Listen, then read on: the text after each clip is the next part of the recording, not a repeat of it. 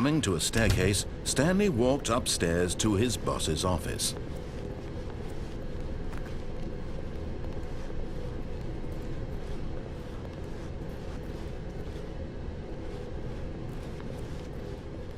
But Stanley just couldn't do it. He considered the possibility of facing his boss, admitting he had left his post during work hours. He might be fired for that. And in such a competitive economy, why had he taken that risk? All because he believed everyone had vanished.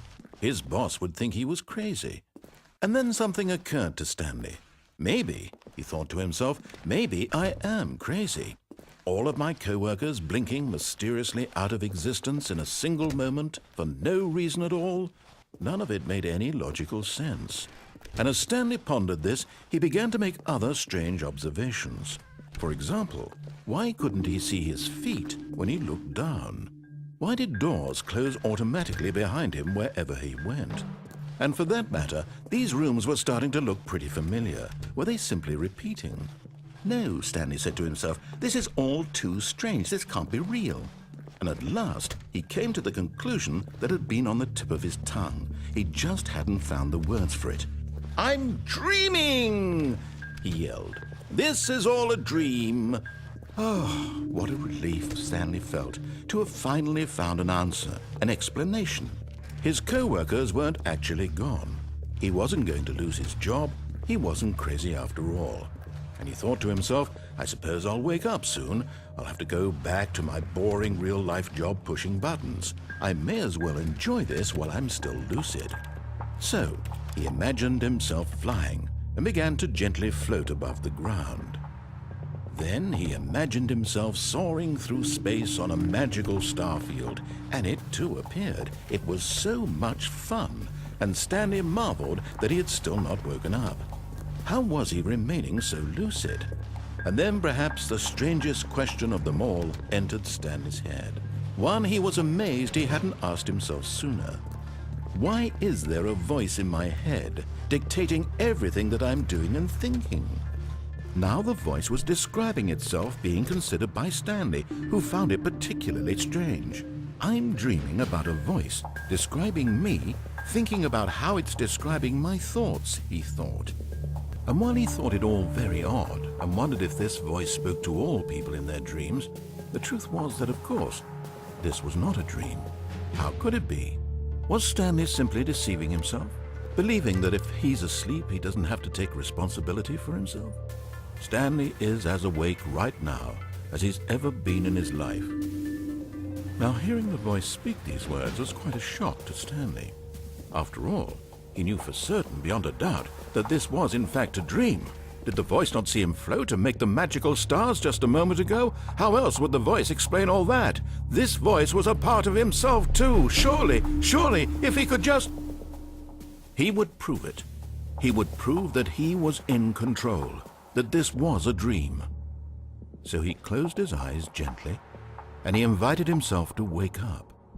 He felt the cool weight of the blanket on his skin, the press of the mattress on his back, the fresh air of a world outside this one. Let me wake up, he thought to himself. I'm through with this dream. I wish it to be over. Let me go back to my job. Let me continue pushing the buttons. Please, it's all I want. I want my apartment and my wife and my job. All I want is my life exactly the way it's always been. My life is normal. I am normal. Everything will be fine. I am okay.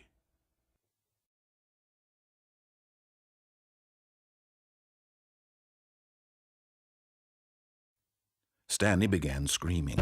Please, someone, wake me up. My name is Stanley. I have a boss. I have an office. I am real. Please, just someone tell me I am real. I must be real. I must be. Can anyone hear my voice? Who am I? Who am I? And everything went black.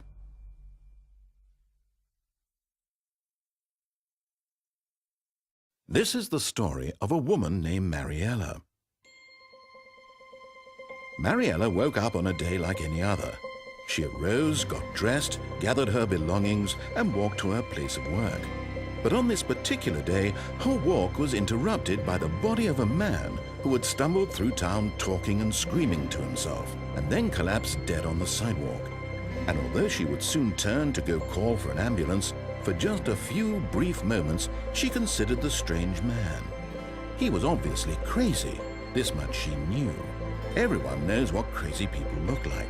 And in that moment, she thought to herself how lucky she was to be normal. I am sane. I am in control of my mind. I know what is real and what isn't. It was comforting to think this, and in a certain way, seeing this man made her feel better. But then she remembered the meeting she had scheduled for that day, the very important people whose impressions of her would affect her career, and by extension, the rest of her life. She had no time for this, so it was only a moment that she stood there, staring down at the body.